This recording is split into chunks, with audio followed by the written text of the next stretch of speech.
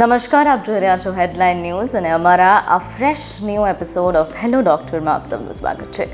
આજના આ એપિસોડમાં આપણી સાથે જોડાઈ ગયા છે વડોદરા શહેરના ખ્યાતનામ ડૉક્ટર કોમલ દલાલ, જેઓ એક મેક્સિલોફેશિયલ સર્જન અને એક કોસ્મેટિક ફેશિયલ સર્જન છે. તેઓ વડોદરામાં પોપ્યુલર છે. I am sure you must all have heard about her. આજના એપિસોડમાં આપણે સ્કિનની વાત કરવાના છે, કોસ્મેટિક પ્રોસિજર્સની વાત કરવાના છે અને આ બધી ચર્ચા આપણે ઇન ડેપ્થ કરવાના છે. ખૂબ ખૂબ આભાર અમારી સાથે જોડાવા માટે doctor. Thank you so much for being here. So doctor, આજના ટાઈમમાં cosmetic procedures have become like a thing, you know. So શું છે cosmetic procedures? Cosmetic procedures actually એ વસ્તુ છે જે તમને તમારા ફેશિયલ ફીચર્સમાં અમુક વસ્તુ ના ગમતી હોય, અમુક પ્રોબ્લેમ્સ હોય છે જે આજકાલ ખાસા વધી ગયા છે, જેમ કે સ્કિન એકને છે, જેવી રીતે હેર ફોલના પ્રોબ્લેમ્સ વધી રહ્યા છે, સ્કિન ટેન થઈ રહી છે, જે રીતે નાક કોઈને ગમતું ન હોય, હોઠ પતલા હોય, એ ઘણાને ફેશિયલ ફીચર્સ નથી ગમતા હોતા, જે અમે રીશેપ કરી શકીએ છીએ without surgery. With surgery everything is possible now a days. તો એ વસ્તુ અમે કોસ્મેટિક પ્રોસિજર દ્વારા કરી રહ્યા છે, જેમાં બહુ બધી સર્વિસીસ ઉપલબ્ધ છે, જેમ કે લેઝર દ્વારા, કેમિકલ પીલ્સ દ્વારા, ફેશિયલ થ્રેડ્સ આવે છે, ફેશિયલ ફિલર્સ આવે છે, જેની મદદથી આપણે સર્જરી વિના બી આપણે મનગમતું રિઝલ્ટ મેળવી શકીએ છીએ. જી ડૉક્ટર, અત્યારના સમયમાં જે ટ્રીટમેન્ટ્સ છે એ વધી રહ્યા છે અને આ વધવાનો જે ટ્રેન્ડ છે, what do you think is the reason?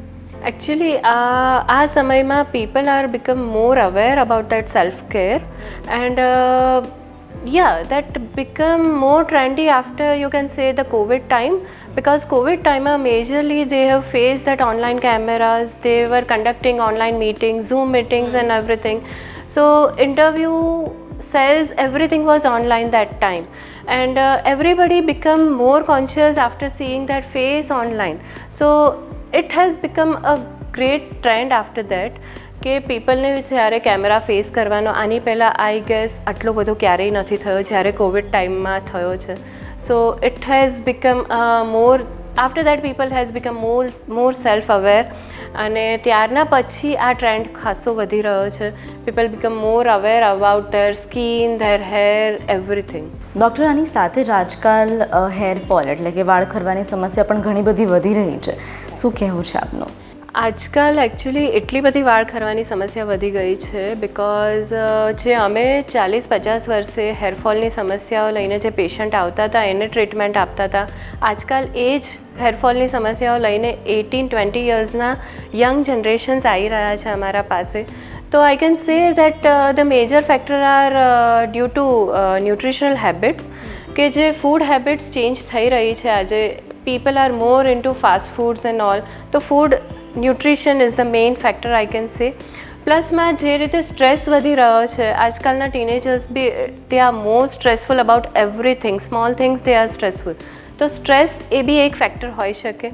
પ્લસમાં આપણી જે એન્વાયરમેન્ટલ ચેન્જીસ થઈ રહ્યા છે, દે આર મોર હ્યુમિડ. જ્યારે તમે ખાસા બધા એન્વાયરમેન્ટલ ચેન્જીસ ફેસ કરી રહ્યા હોય, you can say that place changes is also a major factor. Now the water has become really hard. તો આ બધા ફેક્ટર્સ છે જેના કારણે હેરફોલની સમસ્યા આજકાલ સિરિયસલી વધી રહી છે અને બહુ નાની એજમાં આ જોવા મળી રહી છે. ડૉક્ટર, વન મોર થિંગ, કે બહુ નાની એજમાં જે કિડ્સ હોય છે કે ટીન્સ હોય છે, તેઓને હેર ગ્રે પણ થવા માંડે છે. What that is again nutritional deficiency, because people are more into like I can say fast food and all. So proper જે ન્યુટ્રિશન મળવા જોઈએ નથી મળી રહ્યા. પ્લસમાં people are into like the small things they don't care about. જે રીતે પહેલાં આપણે હેર કેર કરતા હતા, hair oiling, hair shampoos, everything, they are into more hair styling now. તો હેર ડ્રાયર મોર યુઝ કરે છે, hair straightening, they are into more chemical colours and everything. So properly જે હેર કેર થવી જોઈએ એ નથી થઈ રહી, અને પ્લસમાં જે મોર ડેમેજ કરે છે હેર ફેક્ટર્સને, they are into more into that. So આ બધા ફેક્ટર્સના લઈને હેરફોલની સમસ્યા આજકાલ ખાસી વધી રહી છે. એની સાથે સાથે જ આજકાલ ઘણા બધા નવા ટ્રેન્ડ્સ આવ્યા છે, જેમ તમે સ્ટાર્ટિંગમાં કીધું કે we have Botox feelers, we have different treatments for the skin. તો શું આ બધી ટ્રીટમેન્ટ સેફ છે? આ બધી ટ્રીટમેન્ટ સેફ છે after age of 18 years. After age of 18 years, we can undergo this treatment. They are very much safe, but I can say that it should be in qualified doctors' hands. Definitely, આજકાલ બધા જ એક અઠવાડિયાનો course 10 દિવસના course છે cosmetic સર્જરીના લોકો બહાર કરાવે છે, એ કરીને બી તે લોકો ટ્રીટમેન્ટ સ્ટાર્ટ કરે છે. They are completely not safe because એ લોકોને પ્રોસિજર કરતા તો આવડે છે પણ they don't know how to manage the complications, right. So એ તમારા જ્યારે ટ્રીટમેન્ટ કરાવવા જાઓ ત્યારે તમારા ડૉક્ટર્સની ક્વોલિફિકેશન્સ ખાસ જોવી જોઈએ, જેમાં maxillofacial surgeon, plastic surgeons, dermatologist are available. તો એ ક્વોલિફિકેશન જોઈને તમે ટ્રીટમેન્ટ લો તો they are much safer. Right. આજના ટાઈમમાં there is one more thing which is very trendy અને એ છે laser hair removal. What is that? Laser hair removal એ ટ્રીટમેન્ટ છે જેના દ્વારા તમે પરમનન્ટલી હેર રિમૂવ કરી શકો છો. જે બોડી પાર્ટ્સ પર તમને અણગમતા હેર હોય, જે તમને ના ઇચ્છનીય હોય, કે જેની માટે તમારે વારંવાર વેક્સિંગ થ્રેડિંગ્સ કરાવવું પડતું હોય, એની માટે કાયમી સોલ્યુશન લેઝર હેર રિમૂવલ છે.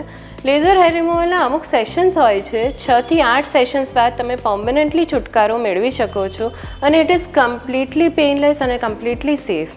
તો એ વસ્તુ બિલકુલ સેફ છે જ્યારે તમે ક્વોલિફાઈડ ડૉક્ટર્સ દ્વારા અને પ્રોપર મશીન દ્વારા કરાવો છો તો ઇટ ઇઝ વેરી સેફ.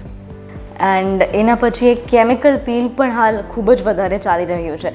સો જે પણ અમારા વ્યુઅર્સ છે, આઈ વોન્ટ કે આજે બધા ટ્રેન્ડ્સ છે એ લોકોને ખબર પડે કે ઇન ડેપ્થ. સો તમે કેમિકલ પીલ વિશે કહેશો? Chemical peels are the thing કે જે સ્કિન પરથી જે ડેમેજ સ્કિન છે, ઉપરની સ્કિન જેમાં તમારે ખીલ થયા છે, જે એન્વાયરમેન્ટના લીધે તમારી ખાસી ડેમેજ થઈ છે, એ સ્કિનને તમે રીજનરેટ કરવા માગો છો.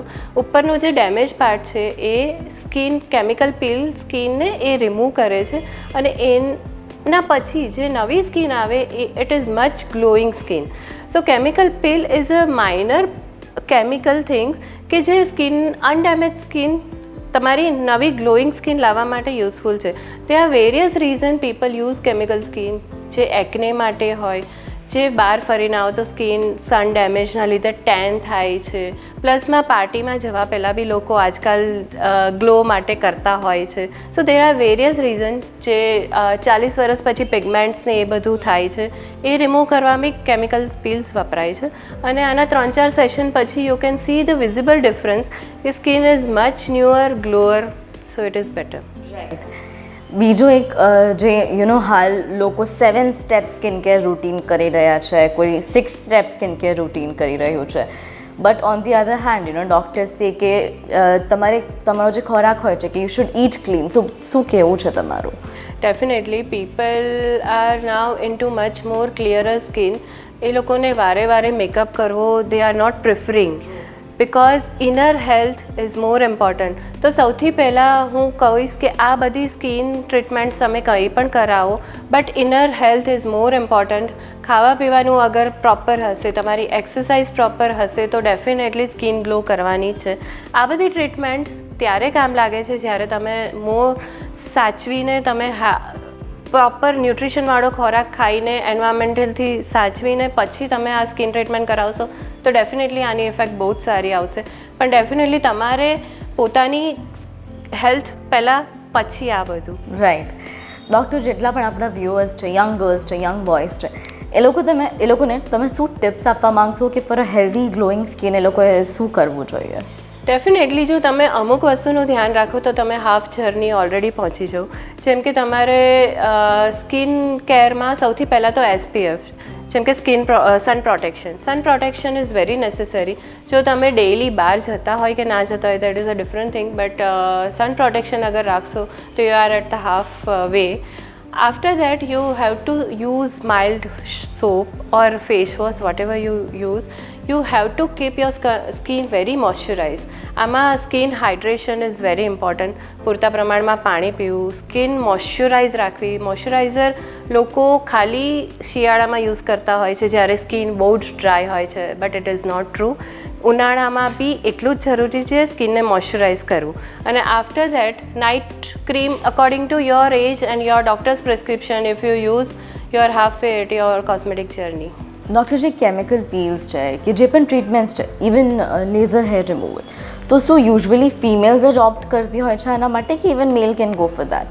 નો, even today's day they are almost, we can say 50% are male and 50% are female, because there are various reasons, you know. જે મેલ પેશન્ટ્સ હોય છે જેને ઓફિસમાં બિયર્ડ આર નોટ અલાઉડ, જે બિયર્ડ શેપમાં રાખતું હોય, એની માટે અમે કરીએ છીએ બિયર્ડ શેપિંગ કરીએ છીએ લેઝર હેર રિમૂવલ દ્વારા. So it's a permanent solution કે જેને રોજ સવારે ઓફિસ જતાં પહેલાં શેવ કરવું પડે, that is not convenient, you know. તો એના માટે બી laser hair removal treatment opt કરતા હોય છે. વી કેન સે આજકાલના મેલ્સ બી they are more self aware, એ લોકો કેમિકલ પીલ બી કરાવે છે. જેવી રીતે બ્રાઇડલ મેરેજ પહેલાં બ્રાઇડલ પેકેજ લેતા હોય છે, now males are also doing the same thing. One more very important question જે આઈ થિંક કે બધા જ લોકો રિલેટ કરશે, કે most of the people will, અને એ છે એક્નેનો. કે આજકાલ લોકોને ખીલના બહુ જ પ્રોબ્લેમ થાય છે એક નાની એજથી, even before they hit their puberty. તો આનું સોલ્યુશન શું છે? What should they eat? કઈ રીતની કાળજી રાખવી જોઈએ? શું અવોઇડ કરવું જોઈએ? એકને there are various things actually for acne. એકને બહુ બધા રીઝનથી થઈ શકે છે, જેમ કે પોલ્યુશન, તમારે બહુ બહાર જવાનું થતું હોય તો you have to apply and protect your skin, like sun protection and moisturizer and everything. You have to wash your face quite minimum 2-3 times a day. So જેને બહુ ઓઇલી સ્કિનનો પ્રોબ્લેમ હોય તો તમે ફેસ વોશ દ્વારા એ oil હટાવી શકો છો. there are various lotions available in the market which are properly for reduce oiliness, right. So એ બધા પ્રોડક્ટ યુઝ કરીને બી એકને ઓછા કરી શકો છો. ત્યાં food habits you can always carry, junk food ઓછું, તેલ ઓછું, મસાલાવાળું ઓછું ખાઈને. But nowadays people won't opt for that. I am very sure about that. So definitely acne માટે there are certain treatments which we can do. Acne માટે there are specifically chemical peels we can use, and 3-4 sessions after that we can get rid of that completely. So there are lasers for acne, scars, everything is available. We can definitely use these treatments, but definitely acne na self care is more important. જ્યારે તમે treatments કરાવતા હોય છે એક્નેની, ત્યારે face wash, sun protection and other night creams are very useful. અને apart from that ઘરે પણ India is a country where we have, આપણે હોમમેડ રેમેડીઝ બહુ જ બધી યુઝ કરતા હોય છે. તો what is your like something જે તમે ફોલો કરતા હોય, some home remedy? Definitely we can use home remedies, but it is very safe. જ્યારે પીપલ યુઝ કરતા હોય છે સ્ક્રબ્સ, they make their own scrubs.